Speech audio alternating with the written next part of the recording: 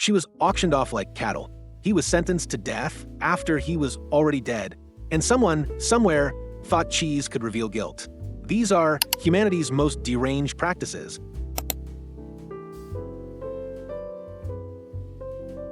England, land of rolling hills, royal scandals, and the occasional peasant loudly yelling, "Any man want a wife? Got a good one here. Strong teeth, only mildly cursed." Now, you may think wife auctions are the stuff of dystopian fiction, reserved for grim novels or villainous regimes. But no, in 18th and 19th century England, this was a genuine public solution to a very practical problem: how to get rid of your spouse without spending a fortune. You see, divorce in ye olde Britain was as accessible as deodorant. If you were poor, which most people inconveniently were, you couldn't afford the legal labyrinth of separation. Parliament had to approve your divorce. That's right, Parliament. The same people debating corn taxes and wigs were also deciding if Thomas from Derby could please, for the love of all that is holy, leave his wife Agnes. So, what did these budget-conscious romantics do instead? They sold their wives. At literal auctions, in taverns, in livestock markets, with halters around their necks, or sometimes waists, depending on how theatrical the seller felt. And no, this wasn't always cruel or one-sided. Believe it or not, many of these sales were staged with mutual consent. Think of it as 18th century Tinder, except everyone smells like sheep and gin. A man would bring his wife to market, shout her merits to the crowd, strong lungs, excellent at jam, and then accept bids. Sometimes, the buyer was a man she'd already run off with. Occasionally, it was a neighbor, and occasionally it was no one. At which point, I assumed they awkwardly walked home in silence. The halter wasn't just for show, it was a symbolic gesture, like passing the baton if the baton somehow had opinions and threw plates during arguments. One famous case in 1832 saw a woman sold for £1 and a Newfoundland dog, and another in 1862 for a pint of beer. Another, more posh, was a woman from Ripon who was sold for an expensive 25 shillings. That's about £1 and 25 pence in today's money. And in at least one case, a woman demanded her husband sweeten the deal with a side of furniture. Negotiation, I say. The courts, bafflingly, often turn a blind eye. While not technically legal, wife selling became socially tolerated, seen as a poor man's divorce. It didn't show up in law books, but it showed up in newspapers, diaries, and lots of angry letters from bishops. Eventually, the Victorian-era ruiners of all things fun clamped down on the practice. Divorce laws loosened, halters were retired, and people went back to whispering their marital misery behind closed doors as nature intended. But for a solid century or two, the English countryside rang with the charming cry of "wife for sale." And somewhere in the background, I was under a cart eating cheese and relishing the drama. But while these husbands were auctioning off their problems in Wales, some poor soul was about to eat everyone's.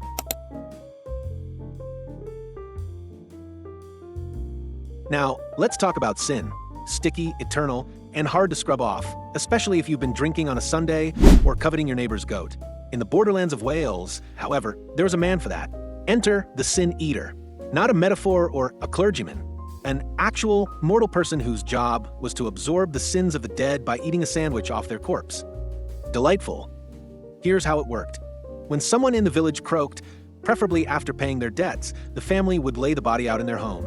Then, upon the chest of the deceased, they'd place a piece of bread, sometimes cheese, a mug of ale nearby, and they would summon a local sin eater. This fellow, usually the poorest, most desperate soul in town, would shuffle in, say a few muttered words, then consume the food. Symbolically, and in their minds, spiritually, he was taking on the dead person's unconfessed sins. Congratulations, Gareth. You're now responsible for Mildred's lifelong hatred of her sister, and that time she cheated at church bingo. The family, relieved, paid him a few pence, then asked him politely to leave. Immediately. Sin eaters were feared, pitted, and utterly necessary. They occupied the strangest space in social life, spiritually vital, but socially disgusting. They were never invited to dinner, never welcomed in the church, and often buried outside consecrated ground. Because, obviously, you couldn't risk getting haunted by someone full of ghosts. Some sin eaters had regular circuits, walking from town to town like grim delivery men of moral hygiene. Others did it once or twice out of desperation. Either way, the message was clear. Please eat this bread and carry grandma's sins far, far away. Thank you. To modern ears, it sounds absurd, but think about the logic of it. If sin can be transferred, why not outsource it? Hire it out like laundry or taxes. And if you're poor enough to take on someone else's eternal damnation for the price of a bun, then sin eating becomes less a ritual, more a tragic side hustle. By the 19th century, the practice faded, replaced by more institutional forms of absolution like confession, therapy, and passive-aggressive holiday dinners. But for centuries, sin eaters walked the hills full of bread, ale, and everyone's worst secrets. Now, you may be asking yourself, surely that's the lowest a corpse can be treated? You wish. It seems you haven't yet heard about what we used to do to the bodies of the already dead.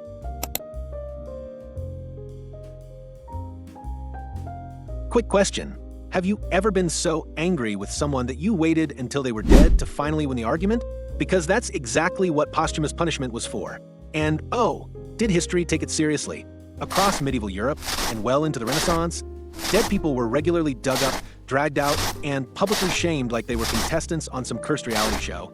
The logic was if you can't defeat your enemy in life, humiliate them in death. In some cases, corpses were tried in absentia. Not absent from court, no. Absent from the realm of the living. Revolutionary France were experts in this nonsense. After Robespierre and his cronies were guillotined, some officials debated whether to recondemn them posthumously, as if being beheaded didn't quite drive the point home. After the failed 1703 to 1711 Hungarian uprising against Habsburg rule, leaders died in exile.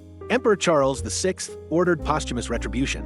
Antal Esterhazy and Count Miklusz Bercheny, allies of Francis Rákóczi II, were exhumed in 1717 from Ottoman graves. Their corpses were symbolically hanged in effigy in Vienna, then dismembered. This was carried out as part of the Habsburgs' desire to suppress any further challenges to their rule and instill fear among potential rebels. Rákóczi himself was spared exhumation due to Ottoman protection. And lest you think this was symbolic theater, no. They physically punished these corpses, burning, hanging, drawing, and quartering. Sheesh. Public mutilations meant to erase honor, shame the name, and send a very pointed message to anyone else who might dare betray the regime or forget to pay taxes. Corpses were paraded through streets, buried in unconsecrated ground. Heads were put on spikes even after rotting off the body. It was medieval PR at its finest. Now, I know what you're thinking. What's the point? They're dead. Well, unfortunately, death doesn't always protect you from bureaucracy or pettiness, especially not medieval pettiness. And especially not when the church is involved. Post-mortem punishment was often a way for institutions to assert dominance over ideas. You don't just kill the heretic, you kill the legacy. You desecrate the memory. You turn their tomb into a warning sign. And if shaming the dead wasn't grotesque enough, take a look at what the living started snorting in the 1600s.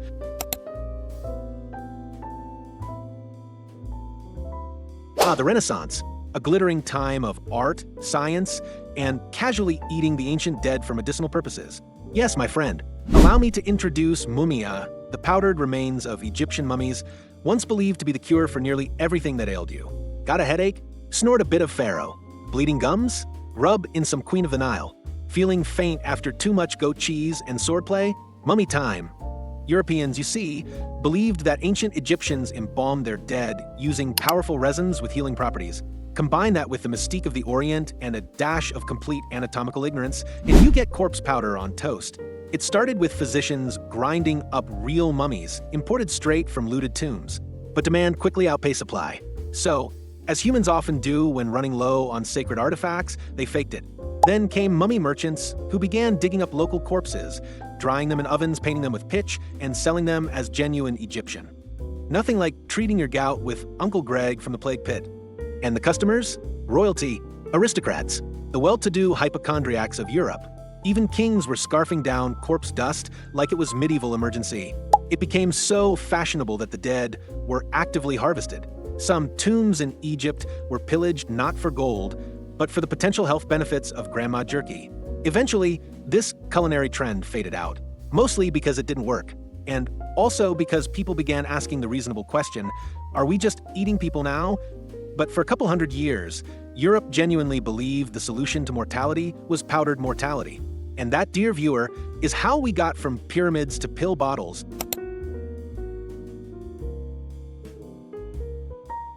Rome, empire of glory, excess, and a cosmetics industry powered by the armpits of dying men.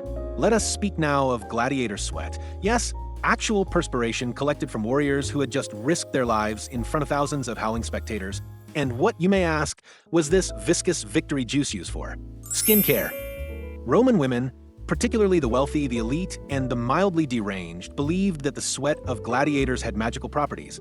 Not just because it came from strong, battle-hardened men, but because they thought it contained the essence of virility, bravery, fertility, raw masculine force. So, naturally, they scraped it off the bodies of exhausted, bleeding men and bottled it for beauty routines. According to the Roman historian Pliny the Elder, who wrote about everything from volcanoes to snail slime, gladiator sweat and blood were both prized for their supposed medicinal and cosmetic properties. Some women dabbed it behind the ears like perfume. Others applied it to their faces, hoping it would remove blemishes, wrinkles, or any signs of having lived past the age of 20. There were even vendors who loitered around the Colosseum like medieval Sephora staff, ready to sell freshly scraped combat extract to adoring fans. Limited edition, only 4 maulings old. Let's be clear, gladiators were often slaves, criminals, or prisoners of war. They didn't exactly sign up to be exfoliants. But in Rome, spectacle was currency, and nothing said status like rubbing your cheeks with the underboob drippings of a man who just decapitated someone. Forget collagen. Forget retinol. If you weren't greasing your pores with a bit of Thrax No. 7, were you even beautiful? Personally, I find it outrageous. I once offered my own sweat to a noblewoman, years of cheese, despair, and bitter Latin poetry in every drop, and she had the gall to throw it in my eye. But while Rome was bottling body fluids for glamour, medieval Europe was dragging pigs to court.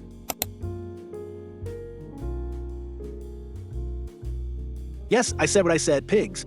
On trial. In court. Wearing absolutely no trousers. Animal trials were, disturbingly, not uncommon in medieval Europe.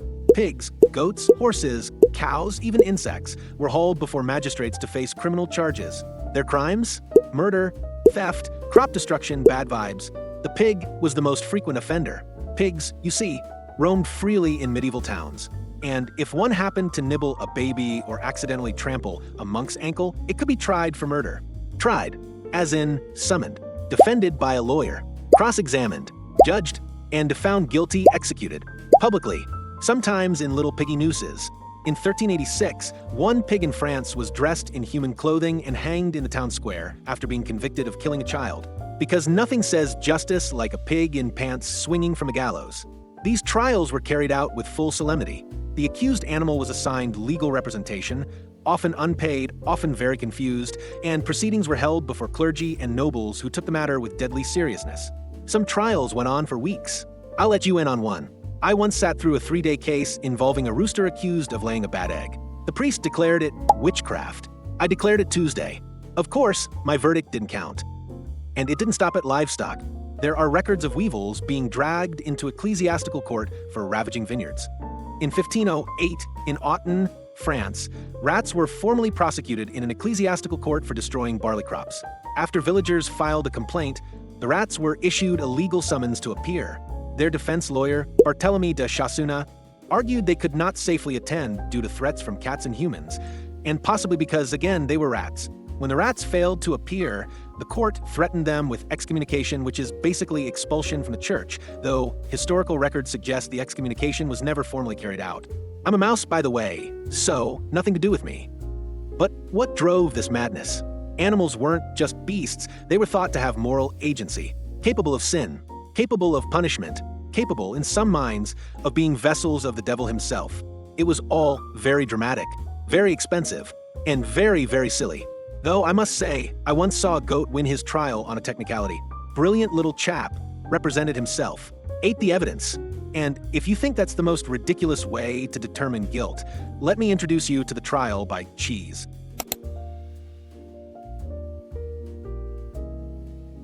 Now then, let us imagine a world in which guilt or innocence is decided not by testimony nor evidence but dairy. This, dear viewer, was Corsned, the morsel of execration. A legal ordeal used in Anglo-Saxon England, Corsned was essentially a divine lactose lie detector.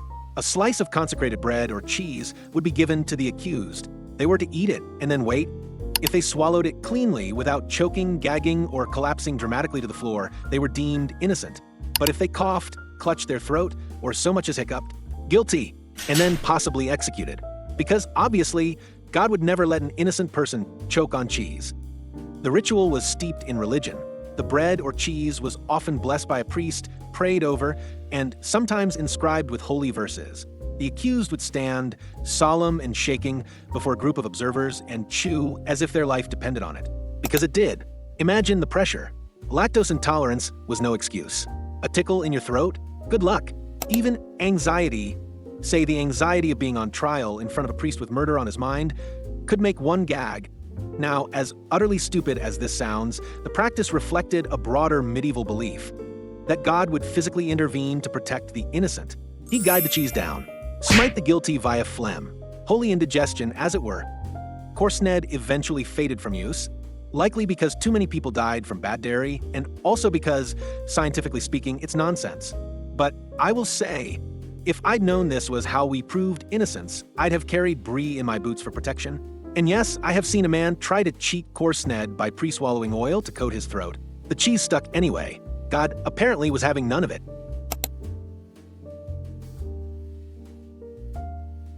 You humans are inventive, yes, but also profoundly strange. You auctioned spouses judged with cheese and rubbed Gladiator sweat as body serum. Brilliance and craziness often walk hand in hand. And history, my friend, is where they waltz. So if there's a lesson here, it's this. You've always been ridiculous, and you're not about to stop.